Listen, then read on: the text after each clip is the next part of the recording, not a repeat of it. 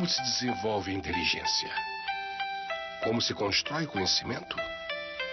Acredito que esta questão é fundamental para compreender como a criança aprende.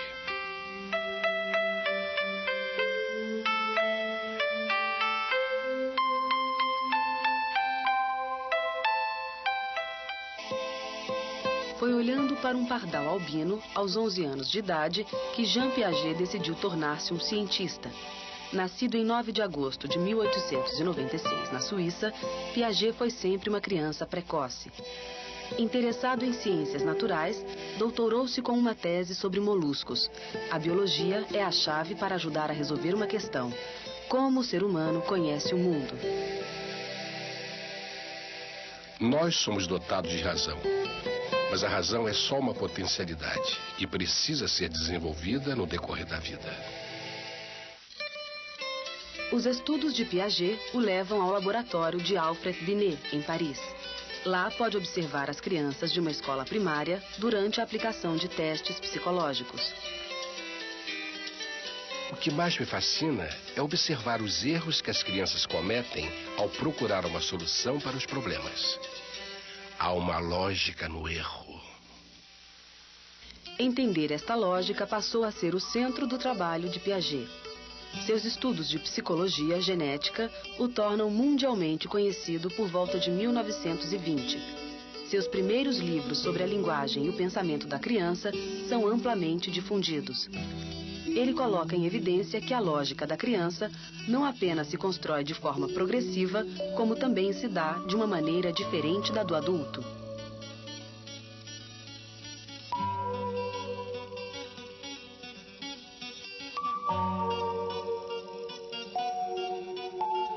Fazer é compreender.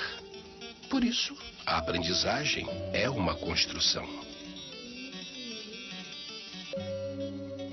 É uma construção frágil porque pode ser desconstruída, porque há regressões. As estruturas do pensar, julgar e argumentar resultam de um trabalho permanente de reflexão e de remontagem. Construir um castelo de cartas ou apoiar uma carta inclinada contra outra provoca todo tipo de problemas, devido à instabilidade do equilíbrio. Para que se domine esta simples ação, 3 aspectos cognitivos são necessários. O aspecto lógico, que permite a comparação de peso e resistência, o aspecto geométrico, que envolve o conhecimento de posições como perpendicularidade ou paralelismo, e o aspecto dinâmico, que examina o próprio processo de apoiar uma carta sobre a outra. Fazer é compreender. É compreender em ação. A minha hipótese é que a ação constitui um conhecimento autônomo.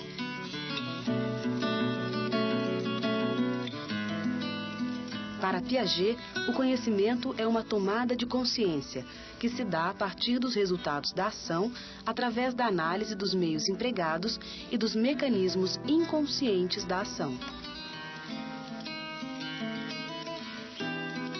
Em 1955, Piaget funda o Centro Internacional de Epistemologia Genética, reunindo cientistas de todo o mundo e das mais diversas áreas. A partir da década de 70, há uma expansão da dimensão construtivista do trabalho de Piaget. Sua obra traz a marca do grande cientista, criador de um novo paradigma para a aprendizagem. Depois de sua morte, em 1980, suas ideias continuam a inspirar novos estudos e debates em todo o mundo. Foi a contribuição do homem que, neste século, nos ensinou a olhar a criança. O que Piaget traz de mais rico para a prática pedagógica é uma visão de homem diferente. É passar a ver o homem como alguém que não é nem um produto do meio, o meio vai e estampa nele alguma coisa, então não é nem uma visão ambientalista, tampouco é uma visão inatista, no sentido de que a criança já está ali, pré-determinada, é um simples desabrochar das suas, funções que já estariam ali. Olhar para o mundo e representá-lo. Pode-se dizer que o desenho é a primeira escrita da criança. são as marcas feitas no papel deste contato com a realidade. Como o desenho, a escrita é também uma forma de representação da realidade, um sistema simbólico composto de significantes e significados.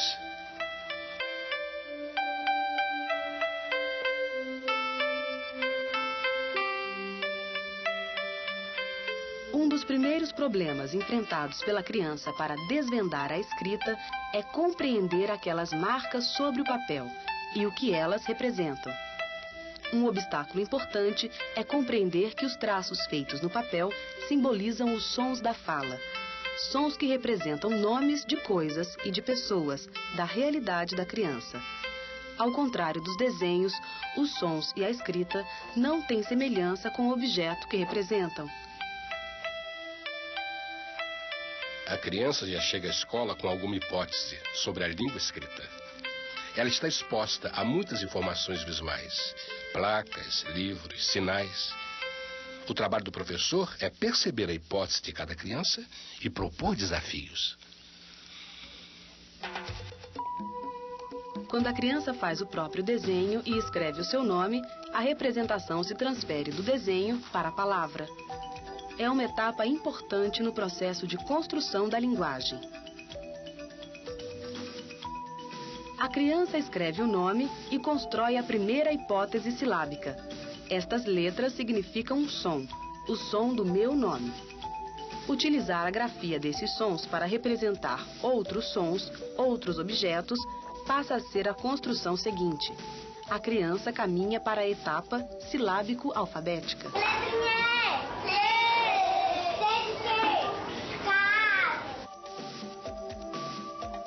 A criança agora agrega mais letras à escrita e é natural nesta fase o comer letras. A construção da escrita está progredindo e nesta etapa de reflexão e de remontagem, a criança ensaia as suas hipóteses. Comer letras, longe de ser um erro, é uma hipótese que a criança levanta sobre a grafia de uma palavra.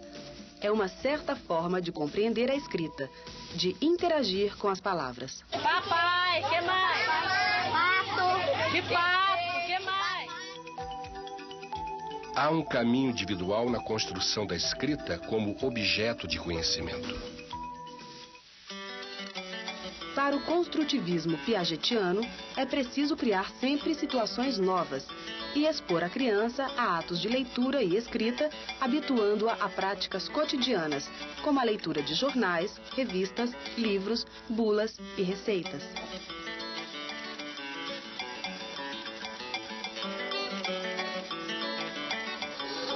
Ajudando a criança a descobrir que é preciso ler para aprender alguma coisa, o professor reconstrói o caráter social da língua escrita e estimula a criança a interagir com a língua nas mais variadas situações.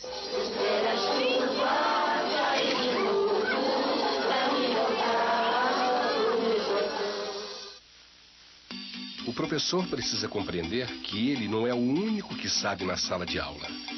A criança tem seu próprio repertório. É preciso compreender também que o erro é construtivo.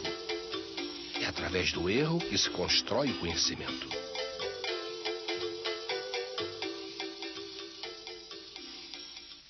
Tem uma frase que a gente vive repetindo, que a Emília Ferreira diz que a criança aprende a ler lendo e escrever escrevendo.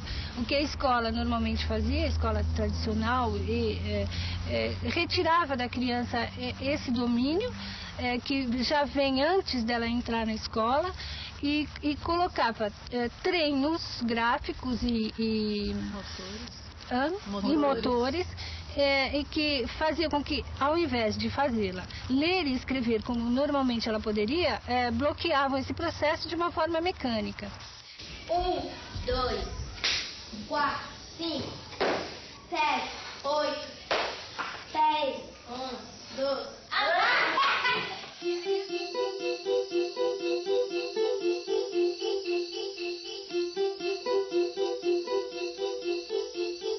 A ideia de número está ligada à sua relação com a quantidade. são quantidades de objetos que fazem parte do universo da criança.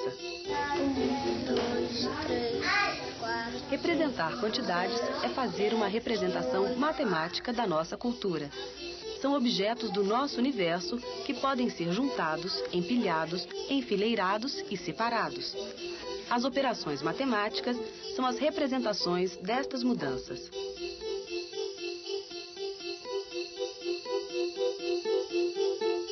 A criança já chega à escola com um repertório próprio em que a matemática está presente. Ela experimenta situações no seu dia a dia em que entra em contato com quantidades e com operações de soma e subtração. É através destas contagens do dia a dia que a criança faz descobertas e hipóteses. Ao analisar crianças contando flores, pude perceber como o pensamento lógico se constrói. A criança percebe que existe uma lógica na série numérica e usa esta série para marcar o tempo em jogos infantis, mesmo antes de sabê-la de cor. 1, 2, 4, 5, 7, 9. A descoberta da lógica da série numérica leva à descoberta de questões importantes do nosso sistema de numeração decimal. 4, 5, 7, 8, 10, 11, 12. Existe um ritmo no universo que tem uma ordem matemática.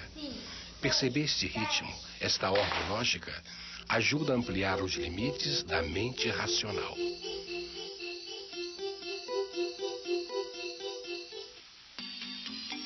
É na aula de matemática que o professor construtivista propõe situações de desafio através de jogos ou atividades para a solução de problemas.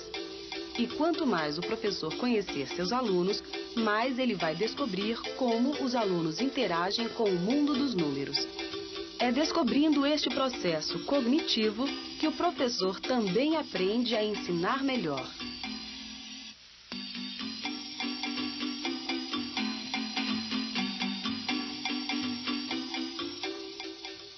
Quando o Piaget começou a ser incorporado nas escolas, o professor saiu um pouco de cena. Parecia que o professor tinha que ser um mero observador, quando na verdade ele ainda, e depois o Vygotsky veio recolocar o professor no seu devido lugar, de que ele é autoridade no sentido não de autoritarismo, mas autoridade de adulto em relação à construção do conhecimento. Ele é o intermediador, né, dessa construção desse conhecimento, mas ele não pode ser ausente. A ideia de que a aprendizagem é individual pode levar a uma mudança radical no currículo e na divisão do ensino em séries. Uma consequência dessa ideia pode vir a ser o fim da repetência nas escolas.